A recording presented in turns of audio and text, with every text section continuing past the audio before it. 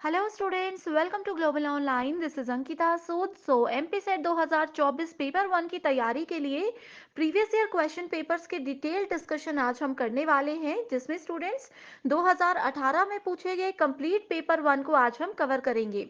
ये बहुत ज़्यादा इंपॉर्टेंट सीरीज है क्योंकि पीवाईक्यू से ही स्टूडेंट्स आपको पता चलेगा कि किस लेवल के क्वेश्चंस एग्जाम में आते हैं। साथ ही आपको कुछ ऐसे टिप्स और ट्रिक्स बताऊंगी जिसकी मदद से बहुत इजीली आप सब करेक्ट आंसर्स को कम समय में भी एग्जामिनेशन में आइडेंटिफाई कर सकेंगे। तो चलिए फिर इसी के साथ सेशन को शुरू करते हैं। स्टूडेंट्स, पेपर वन में आप सबको हेल्प करने के लिए कंप्लीट कोर्स में लेकर आई हूँ जिसका न्यू बैच शुरू हो रहा है। इसमें हम आपको डेली 2 से 3 लाइव लेक्चर्स के साथ पेपर से पहले 100% सिलेबस कवर करवाने की श्योरिटी देते हैं। साथ ही स्टूडेंट्स, आपको एक स्पेशल व्हाट्सएप ग्रुप में ऐड किया जाएगा जहां पर हर क्लास के बाद आपको पीडीएफ नोट्स मिलेंगे एंड साथ ही आपको कोई भी डाउट है, कोई भी कंफ्यूजन है तो आप डायरेक्टली अपने टीचर से भी कॉन्टैक्ट कर सकते हो। फाइनल रिविजन के लिए एग्जाम के लेवल के हिसाब से मॉक टेस्ट है एंड सभी स्टेट्स के पीवाईक्यूज और एक्सपेक्टेड क्वेश्चंस भी आपको इस कोर्स में हम प्रोवाइड करवाते हैं। ये 2 व्हाट्सएप नंबर्स दे रही हूँ, आप इन पर कॉन्टैक्ट करके इस कोर्स की पूरी जानकारी ले लीजिए। साथ ही फ्री वीडियोस और मॉक टेस्ट के लिए जरूर ग्लोबल ऑनलाइन ऐप को डाउनलोड करिएगा। स्टोर सेक्शन पर सर्च बार में आपको लिखना है कोर्स का नाम। जैसे ही कंटेंट पर जाएंगे तो आप देखेंगे सेपरेट कोर्स है हिंदी इंग्लिश बायलिंगुअल स्टूडेंट्स के लिए, जहां पर आपको मॉक टेस्ट के साथ साथ पीडीएफ नोट्स मिल जाते हैं एंड वीडियो लेक्चर्स भी है जिसमें कि आपको प्रीवियस ईयर क्वेश्चन पेपर्स और बाकी के स्टेट एग्जामिनेशन के पीडीएफ्स भी मिल जाएंगे, जिससे कि एज इट इज क्वेश्चंस आपको एग्जाम में देखने को मिल सकते हैं। हर कोर्स में यूनिट वाइज फोल्डर्स हैं जिससे स्टूडेंट्स आप कभी भी किसी भी यूनिट से अपनी फाइनल रिवीजन भी कर सकते हो। तो इन नंबर्स पर कांटेक्ट करके आपको आसानी से पूरी जानकारी भी मिल जाएगी। इसके साथ ही स्टूडेंट्स अब बढ़ते हैं डिस्कशन की ओर। सबसे पहला क्वेश्चन है, the most powerful factor affecting teaching effectiveness is what. मैं आप लोगों को पढ़ा रही हूँ, मेरी टीचिंग को इफेक्टिव बनाने के लिए सबसे ज्यादा जरूरी चीज क्या है, ये इस क्वेश्चन में पूछा गया है। क्या मेरी एज मैटर करती है, कि अगर मेरी एज कम है या ज्यादा है तब आप लोग चीजों को समझोगे। जेंडर मैटर करता है, प्रोफेशनल कॉम्पिटेंसी यानी कि व्यवसायिक दक्षता मैटर करती है, या फिर यूज ऑफ टीचिंग एड्स यानी कि पढ़ाने के लिए किन किन सहायक सामग्रियों का मैं यूज कर रही हूँ, जैसे कि अभी मैं लैपटॉप का यूज कर रही हूँ, पेन का यूज कर रही हूँ, ये सब चीजें। तो मोस्ट पावरफुल यहाँ पर बोला गया है, इसमें करेक्ट आंसर होगा option number 3, that is professional competence. Professional competence क्या होता है, ये किसी पर्सन की, ये किसी टीचर की स्किल होती है। इसके अंदर किसी टीचर के नॉलेज को कंसिडर किया जाता है, उनके एट्रीब्यूट्स को कंसिडर किया जाता है कि वो अगर किसी पर्सन में नॉलेज है तो वो कैसे अपना नॉलेज किसी के साथ शेयर करता है, किस तरीके से अपनी बात को प्रेजेंट करता है कि सामने वाला पर्सन भी उस चीज को समझ जाए। तो ये होता है प्रोफेशनल कॉम्पिटेंस। ये क्यों सबसे ज्यादा इंपॉर्टेंट होता है, देखो स्टूडेंट्स, मान लीजिए कि मुझे अगर यूजीसी नेट एग्जामिनेशन का नॉलेज है लेकिन मुझे पढ़ाना नहीं आता, मेरी टीचिंग स्किल्स बिल्कुल जीरो है, तो वो नॉलेज किसी काम का नहीं, मैं किसी भी एंगल से टीचर नहीं बन सकती। वहीं अगर मेरी टीचिंग स्किल्स बहुत अच्छी है लेकिन मुझे नॉलेज नहीं है तो वो भी बेकार है। तो इन दोनों चीजों का, ये मेरे स्किल्स और नॉलेज दोनों चीजों के कॉम्बिनेशन को प्रोफेशनल कॉम्पिटेंस बोला जाता है। Okay, next question is knowledge of the teacher that affects teaching pertains to. किसी भी शिक्षक का ज्ञान जो होता है, टीचर का जो ज्ञान होता है जिससे कि वो अपने टीचिंग को इफेक्ट कर सकता है, वो किस डोमेन के अंदर आता है, affective domain, cognitive domain, connotative domain, sorry cognitive domain, या फिर साइकोमोटर डोमेन। तो आप सभी स्टूडेंट्स ने मेरे वीडियोस अगर रेगुलर देखे हैं तो हमने ब्लूम्स के वर्गीकरण को, यानी कि ब्लूम के टेक्सोनॉमी को डिटेल में डिस्कस किया है। उसमें हमने ये नाम का कोई भी डोमेन नहीं पढ़ा, अफेक्टिव, कॉग्निटिव और साइकोमोटर पढ़े हैं। इन तीनों में से करेक्ट आंसर होगा, ये है option number 2, that is cognitive domain. देखो, कॉग्निटिव मैंने आपको हमेशा बताया है, जहां पर भी आपको कॉग्निटिव टर्म मिले इसका मतलब है कि हम किसी पर्सन की, किसी स्टूडेंट की, किसी की भी मेंटल एबिलिटीज की बात कर रहे हैं। ओके, मेंटल एबिलिटीज की बात कर रहे हैं तो वो कॉग्निटिव डोमेन होता है। ये किस पे फोकस करता है, ये किसी भी पर्सन की इंटेलेक्चुअल स्किल्स पर फोकस करता है। जैसे कि मान लीजिए किसी प्रॉब्लम में मैं फंस गई तो मैं अपने इंटेलिजेंस को यूज करके कैसे उस प्रॉब्लम से बाहर निकल सकती हूँ, अपने पुराने नॉलेज के बेस पे मैं नई चीज को कैसे क्रिएट कर सकती हूँ, या फिर किसी सिचुएशन में मैं किस तरीके से सोचती हूँ, ये सब मेरी मेंटल एबिलिटी यानी कि मेरे कॉग्निटिव डोमेन के अंदर आता है। यही है इसमें correct answer. Next question is Which one of the following learners characteristics not affect the efficiency of the learner? So learner की वो कौन सी विशेषता है जो कि उनकी लर्निंग को इफेक्ट बिल्कुल भी नहीं करता? देखो स्टूडेंट्स, इस तरीके के क्वेश्चन में आप लोग हमेशा नॉट टर्म पर फोकस कीजिएगा।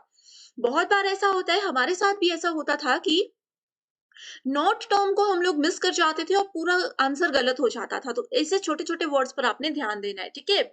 एंड इस क्वेश्चन में ऑप्शंस है मेंटल मैच्योरिटी, कि किसी का मानसिक कितना पर्सन मैच्योर है, उनका इंटरेस्ट कितना है, उनका एटीट्यूड कितना है, या फिर उनका जेंडर क्या है। सो नॉट बोला है, ठीक है? इसका आंसर ज़रूर आपको आता होगा। देखो स्टूडेंट्स, इसके आंसर पे जाने से पहले मैं आपको बता देती हूँ कि अगर ये लेक्चर सीरीज़ आपको पसंद आ रही है, अभी तक के क्वेश्चन जो हमने किए ये आपको क्लियर है एंड आप चाहते हो कि इस तरीके की सीरीज़ मैं लेकर आऊँ, तो कमेंट करके मुझे ज़रूर बताइए, ताकि मैं भी मोटिवेटेड रहूँ और आपके लिए अच्छा काम करती रहूँ और आपका एग्ज़ाम 1 महीने के अंदर क्वालीफाई कराने में आपकी मदद कर सकूँ, ठीक है?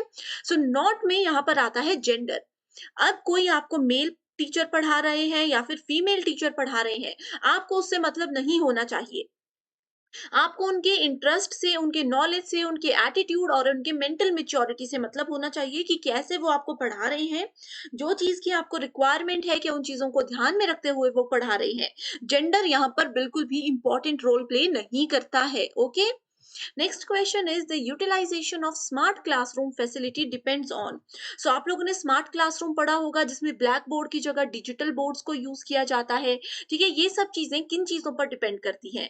ये कंप्यूटर लिटरेसी, कंप्यूटर या फिर स्टूडेंट्स एज। तो इधर सबसे इंपॉर्टेंट है कंप्यूटर लिटरेसी, ठीक है? अब देखो, अगर किसी टीचर को कंप्यूटर यूज़ करना आता है, कैसे टेक्नोलॉजी के साथ काम करना है, ये सब चीज़ें आती हैं, तभी वो स्मार्ट क्लासरूम में आपकी मदद कर सकते हैं। ओके? ठीक है स्टूडेंट्स, तो अगर आप लोगों को जैसे मान लीजिए नॉलेज जितना मर्जी है, टीचिंग स्किल्स जितने मर्जी हैं, लेकिन अगर आप लोगों को जैसे मैं ऑनलाइन पढ़ा रही हूँ ऐसे पढ़ाने को बोला जाए एंड आप में से किसी को अगर कंप्यूटर नहीं पता, ये पीपीटी कैसे बनानी है, क्वेश्चंस कैसे लिखने हैं, जैसे मैं देखो आंसर पे क्लिक कर रही हूँ तो आपको आंसर नजर आ रहा है, ये सब चीजें कैसे यूज करनी है ये नहीं पता, तो आप लोग स्मार्ट क्लासरूम में थोड़ी सी दिक्कत शुरुआत में हो सकती है, यही इस क्वेश्चन में पूछा है। ओके? कंप्यूटर लिटरेसी का मतलब ही होता है कि कंप्यूटर के बारे में जानकारी, लेटेस्ट टेक्नोलॉजी को कैसे यूज करना है, ये सब चीजें। Okay? Next question is types of resources available to a teacher for professional development and learning include. अब देखो कुछ कुछ रिसोर्सेज ऐसे हैं जो कि एक टीचर की प्रोफेशनल डेवलपमेंट में भी हेल्प करते हैं और उनके जो स्टूडेंट्स हैं उनकी लर्निंग में भी हेल्प करते हैं, उसकी डेवलपमेंट में भी हेल्प करते हैं। तो वो कौन कौन सी चीजें होती है? उनकी प्रोफेशनल लिटरेचर, कोलीग्स यानी कि आसपास काम करने वाले लोग, प्रोफेशनल एसोसिएशन या फिर प्रोफेशनल डेवलपमेंट एक्टिविटीज। ये सभी ऑप्शंस बिल्कुल करेक्ट है। Okay? Correct answer is 1 2 3 4, that is option number C. अगर देखो प्रोफेशनल लिटरेचर यानी कि आप लोगों को पता है कि प्रोफेशनली कैसे काम करना है, तो आप एक अच्छे टीचर बन सकते हो एंड अगर आप अच्छे से प्रोफेशनली काम करोगे तो आपके स्टूडेंट्स जो हैं उनको भी चीजें समझने में आसानी होगी। कलीग्स, आप बहुत बार ऐसा होता है, जैसे मैं टीचर हूँ, मैंने भी अपने आस-पास वाले लोगों से जब मैंने शुरू किया था टीचिंग तो बहुत कुछ सीखा कि कैसे पढ़ाना है, कैसे अपनी बात को रखना है। कई अच्छे कलीग्स होते हैं, उनसे हम चीज़ें सीखते हैं, कुछ कलीग्स ऐसे होते हैं जिनसे चीज़ें हम नहीं सीखना चाहते, तो वो सब चीज़ें इसके अंदर आती हैं। Next is the group in which independent variable is present in known is known as। Variable क्या होते हैं? देखो कभी भी ये आपका रिसर्च एप्टीट्यूड का एक टॉपिक है। रिसर्च में वेरिएबल्स जो है वो कुछ भी हो सकता है। वेरिएबल कोई पर्सन भी हो सकता है, कोई प्लेस भी हो सकता है, कोई चीज भी हो सकती है, ठीक है? इंडिपेंडेंट यानी कि स्वतंत्र चर जो होते हैं वो उपस्थित रहते हैं, उसको क्या बोला जाता है? उसको बोला जाता है experimental group. Research design is characterised as. Research में देखो आपको पता है कि रिसर्च का एक प्रॉपर डिजाइन होता है। उसमें क्या क्या चीजें इंपॉर्टेंट है? उसमें एक्सप्लोरेशन, एक्सप्लोरेशन मतलब एक्सप्लोर करना, कहीं पर भी एक्सप्लोर करना मतलब होता है खोज करना किसी चीज की। अब हम किसी चीज की खोज कब करते हैं? जिसके बारे में हमें बिल्कुल भी नॉलेज नहीं होता या फिर थोड़ा सा नॉलेज होता है, तो वहां पर हम एक्सप्लोर करते हैं। डायग्नोसिस यानी कि उसका उपचारक करना, उपचार करना क्या होता है? पहले उसके बारे में हम पता कराएँगे कि ये क्यों है, क्या है, फिर उसके बारे में हम फर्दर स्टडी करेंगे, वो डायग्नोज़ होता है। जैसे डॉक्टर इलाज करने से पहले डायग्नोसिस करते हैं, यानी कि वो पूरा चेक करते हैं कि ये बीमारी क्यों हुई, क्या हुई, हमने क्या खाया जिस वजह से हमें कोल्ड हो गया, इस तरीके से डायग्नोज़ करते हैं। सो रिसर्च डिज़ाइन में भी पहले पूरी जानकारी लेना इम्पोर्टेंट है, अपना खोज करना इम्पोर्टेंट है और एक्सपेरिमेंट करना भी इम्पोर्टेंट है, सो इसलिए करेक्ट आंसर है all of these. Next is a researcher examines the relationship between natural disaster and the behaviors that occur in that context. So ये research में किसके example है? देखो students, मैंने आपको research में बहुत बार बताया है कि कभी भी आप लोगों को real life example के साथ question पूछे जाए तो आपने उसको relate करना है अपनी situation के साथ। इसमें बोला है कि कोई भी नेचुरल डिजास्टर अगर हुआ, प्राकृतिक आपदा हो गई, ठीक है, प्राकृतिक आपदा हो गई, उसके बीच में रिलेशनशिप को एग्जामिन कर रहा है कोई पर्सन ए जो कि एक रिसर्चर है, ठीक है, उनके बिहेवियर से क्या फर्क पड़ सकता है, ये बताया गया है, ये इस क्वेश्चन में कहा गया है। आपको बताना है कि कौन सा टाइप के रिसर्च का एग्जाम्पल है। सो ये है आपके को रिलेशनल रिसर्च के एग्जाम्पल। को रिलेशनल, देखो को रिलेशनल मतलब दो चीजों के बीच में रिलेशनशिप ये बताता है। इस क्वेश्चन में क्या कहा गया है, कोई प्राकृतिक आपदा आई, उससे किसी पर्सन पे क्या फर्क पड़ा, उन दोनों के बीच में रिलेशनशिप बताया गया है। So a correlational research design investigate relationship between two variables. Two variables, दो से ज्यादा भी हो सकते हैं लेकिन मिनिमम दो तो होने ही चाहिए, without researcher controlling and manipulating any of them, ठीक है, और इसको क्या बोला जाता है, non experimental type of quantitative research.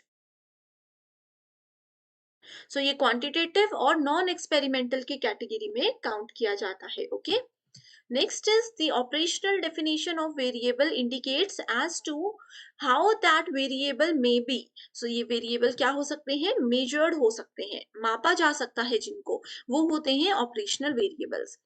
next we have is the longitudinal studies are the type of। so longitudinal studies होती हैं लंबे समय तक चलने वाली स्टडी, ठीक है, ये क्या होती है, पहले इसकी डेफिनेशन मैं आपको बता देती हूँ। रिसर्चर क्या करते हैं, जो रिसर्चर होते हैं वो रिपीटेडली एग्जामिन करते हैं सेम इंडिविजुअल को to detect any changes that might occur over a period of time. जैसे कि मान लीजिए मैं रिसर्चर हूँ, ठीक है, और मैं आप में से किसी पर्सन ए के बिहेवियर को ऑब्जर्व कर रही हूँ, मैं ऑब्जर्व कर रही हूँ आपके डे वन से। बहुत सारे बच्चे ऐसे हैं जो कि हमारे व्हाट्सएप ग्रुप में भी हैं या डेली हमारे साथ वीडियोस के माध्यम से जुड़े हुए हैं।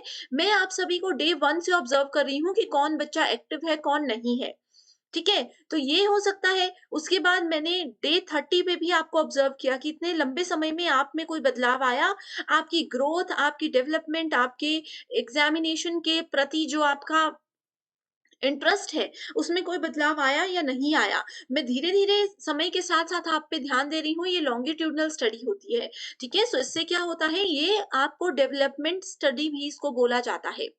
यानी कि आप लोगों का विकास हो रहा है कि नहीं, ये इसमें जनरली मेजर किया जाता है। ओके?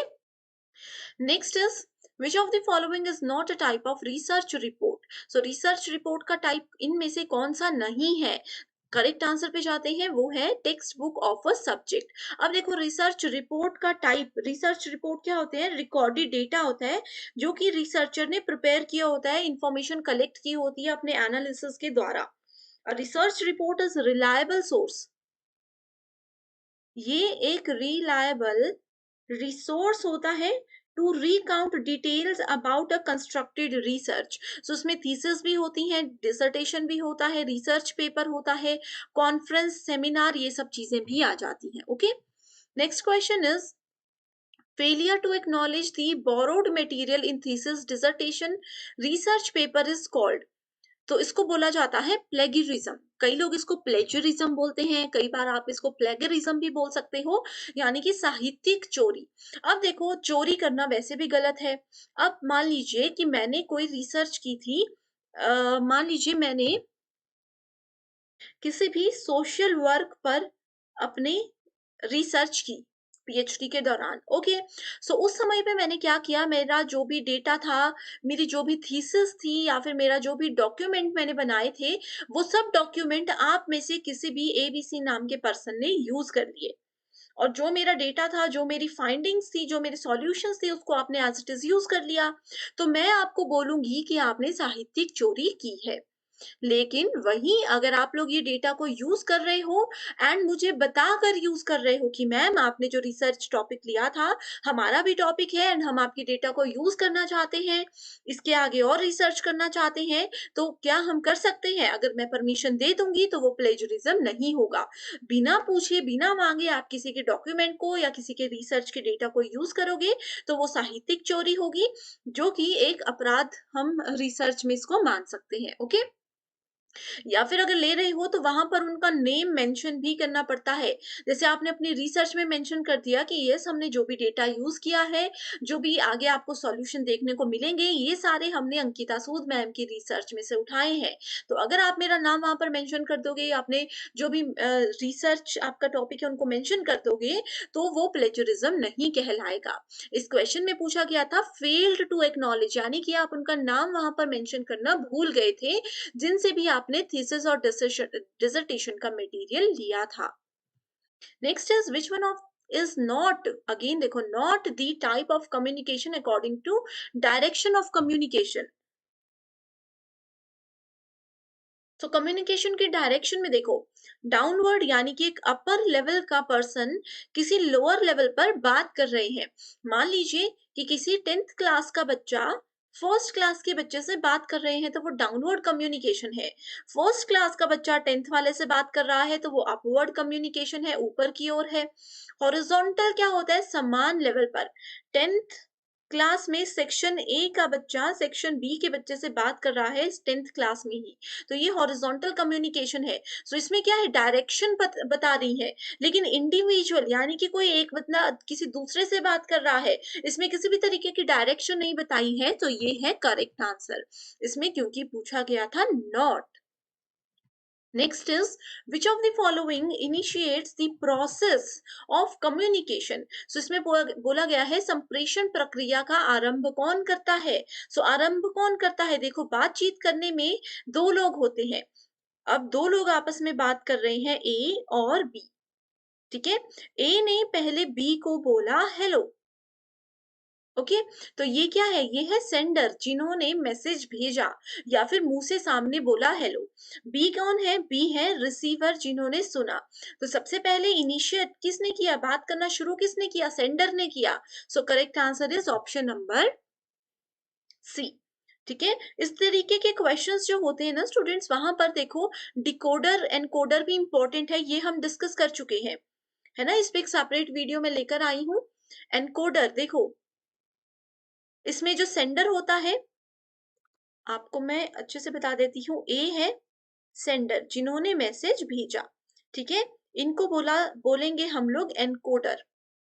बी है रिसीवर, जिन्होंने मैसेज रिसीव किया, और इनको क्या बोलेंगे? इनको बोलेंगे decoder.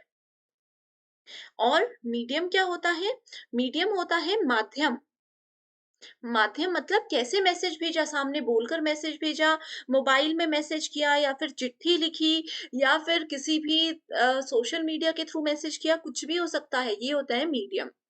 Next is effective communication presupposes. Effective communication पूर्व नियत क्या करता है? ये पैसिविटी करता है। सो पैसिव कम्युनिकेशन क्या होता है? It is not expressing your honest feeling. ठीक है, जो हमारी ऑनेस्ट फीलिंग होती है, हमारे थॉट्स होते हैं, विचार होते हैं, ये सब चीजों को अच्छे से रिप्रेजेंट वो नहीं करता, passivity. Next question math reasoning से है। रीड को अगर 14 बोला जाता है, तो लर्न को क्या बोला जाएगा? देखो, इसको कैसे करना है, इसके लिए आपको READ रीड लिख देना है। आर आर किस नंबर पर आता है? जैसे A1 पर आता है, ए आता है फर्स्ट नंबर पर, डी आता है हमारा फोर्थ नंबर पर, ई आता है फिफ्थ नंबर पर, वैसे ही आर आता है 18 नंबर पर।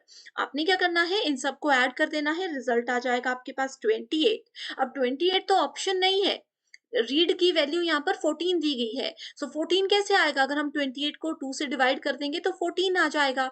इस तरीके से हमने क्या किया? रीड की वैल्यू का कैलकुलेशन कर लिया। सिमिलरली अब हमें लर्न पता करना है, ठीक है? सो लर्न में एल क्या होता है? 12, ई 5 पे आता है, ए 1 नंबर पर आता है, आर आता है 18 पे एंड एन आता है 14 पे। इसको ऐड करोगे तो रिजल्ट 50 आ जाएगा। 50 को 2 से डिवाइड करोगे तो 25 आ जाएगा। सो करेक्ट आंसर है यहाँ पर 25। ठीक है, सो इस तरीके से एक और क्वेश्चन मैं आपको देती हूँ। ठीक है, आप लोगों ने इस पे एक सेपरेट वीडियो ही मैं लेकर आऊंगी। अगर आपको चाहिए कमेंट कर दीजिए किस तरीके के क्वेश्चंस अलग से वीडियो में करवाऊं ताकि कॉन्सेप्ट क्लियर हो जाए। नेक्स्ट क्वेश्चन है, P Q R and S R playing carrom. तो ये चार लोग कैरम खेल रहे थे।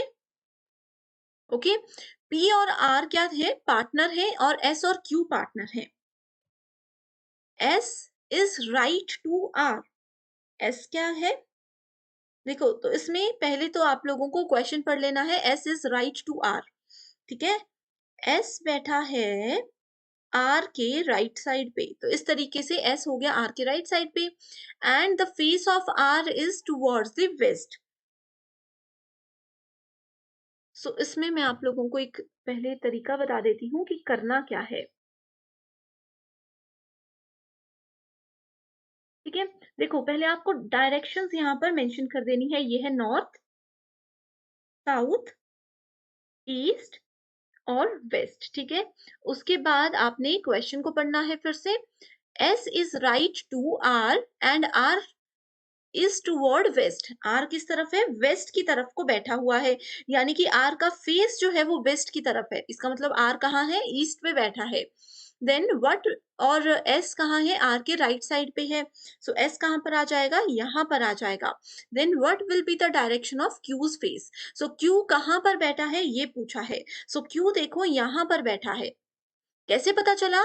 क्योंकि इस क्वेश्चन में बोला है कि एस और क्यू पार्टनर है। सो पार्टनर हमेशा आमने सामने बैठते हैं। सो एस और क्यू पार्टनर है। एस की पोजीशन इन्होंने बताई है, क्यू यहाँ पर आ जाएगा। सो पूछा गया है कि किस डायरेक्शन में क्यू का फेस है। सो क्यू का फेस किस डायरेक्शन में है? नॉर्थ वाली डायरेक्शन में क्यू का फेस है, इस तरफ को मुंह करके वो बैठा है। सो करेक्ट आंसर है ऑप्शन नंबर सी। इसको फिर से आप लोग देख लीजिएगा। नेक्स्ट क्वेश्चन आपका कॉम्प्रिहेंशन पे है। अब देखो, ये पूरा पैराग्राफ बहुत इजी है। वीडियो को पॉज कीजिए, इस पूरे पैराग्राफ को पढ़िए एंड ये है आपके सामने क्वेश्चन। इसका आंसर मैं बता देती हूँ, ऑप्शन नंबर 4। नेक्स्ट क्वेश्चन भी सेम पैराग्राफ पर बेस्ड है। इसका क्वेश्चन का आंसर देख लीजिए एंड क्वेश्चन नंबर 3 का आंसर भी आप लोग देख लीजिए। ओके, सो अगर आपको इसमें कोई डाउट है तो मुझे कमेंट करके बता दीजिएगा। क्वेश्चन नंबर यहाँ पर लिखे हुए हैं, question number 20, 19 and 18। Next question mathematics पर बेस्ड है। सो यहाँ पर आप लोग देख सकते हो, फिल अप 3, 7, 10 एंड 14। देखो, इसको आपने ऐसे लिख देना है। 3 और 7 के बीच में कितने का डिफरेंस है? 3 में अगर हम 4 प्लस करते हैं तो 7 आता है। 4 में सॉरी 7 में अगर हम लोग 3 जमा करते हैं तो 10 आता है। और 10 में अगर हम 4 जमा करते हैं तो 14 आ जाएगा। सेम क्या करेंगे? 14 में अगर 3 जमा कर देंगे तो रिजल्ट आ जाएगा 17। So correct answer is option number B, that is 17। So यही होता है पैटर्न। अच्छा, अच्छे से इसको समझ लीजिएगा। रीजनिंग पे कैसे ये क्वेश्चन सॉल्व करने हैं, इस पे ऑलरेडी वीडियोस हमारे ऐप पर हैं, जिसका लिंक डिस्क्रिप्शन बॉक्स में है और डिटेल में आपको बता चुकी हूँ। Next question is which of the following is different from others. So कौन सा अलग है? इसके लिए देखो स्टूडेंट्स, आपको ABCD पता होना चाहिए पूरा। देखो क्या होता है, अगर हम देखें TUVX, एक्चुअल में क्या होता है? TUVWX,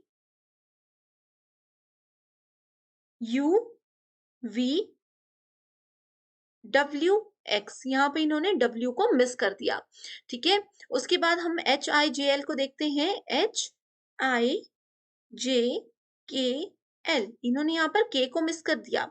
ठीक है, BCDF, BCDEF, यहाँ पर इन्होंने F को मिस कर दिया। यहाँ पर डिफरेंट पूछा है। सो डिफरेंट कैसे? कौन होगा डिफरेंट? अभी तक तो देखो कोई भी नहीं मिला। OPRS देखें, OPQRS,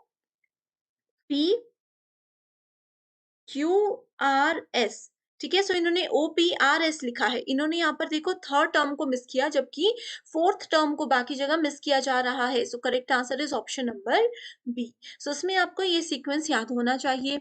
next is J is the mother of K. अब देखो इस तरीके के क्वेश्चन को बहुत बार एग्जाम में पूछा जाता है। सिंपल सा ट्रिक मैं आपको बताती हूँ। जे जो है, एक सेकेंड रुकिएगा। देखो यहाँ पर पूछा गया है जे इज द मदर ऑफ के। जे इज द मदर ऑफ के। ठीक है, फीमेल के लिए माइनस का साइन यूज होता है और मेल के लिए प्लस का यूज होता है, लेकिन यहाँ पर अभी तक बताया नहीं गया है कि के मेल है या फिर फीमेल है। उसके बाद बोला गया है L is the son of J. L जो है वो जे का सन है, यानी कि जे के दो बच्चे हैं, एल और के। ठीक है, M is the brother of N। M और N अभी तक आपको नहीं मिले हैं, सो इस वाली स्टेटमेंट को आप स्किप कर सकते हो। उसके आगे बोला है N is the daughter of K। N जो है वो N है, ये N is the daughter of K। Okay, then who is the grandmother of M। अब देखो यहाँ पर N हमें मिल गया, आगे लिखा है M is the brother of N, यानी कि M is the brother of N। ये दोनों क्या है, ये दोनों भाई बहन है, सिबलिंग्स है। सो इसमें पूछा गया है who is the grand mother of M। So M की ग्रैंड मदर कौन हुई, M की मदर है K और K की मदर है J। सो ग्रैंड मदर कौन हुई, J। So correct answer is option number A। Next is if the proposition no men are honest, no men are honest is taken to be false। इसको अगर हम लोग false मान लेते हैं, which of the following proposition can claim certainly true। देखो इस पे मैं आपके लिए एक वीडियो बहुत बार लेकर आई हूं जिसमें मैंने आपको AEIO वाला कॉन्सेप्ट बताया है। इसमें क्या होता है,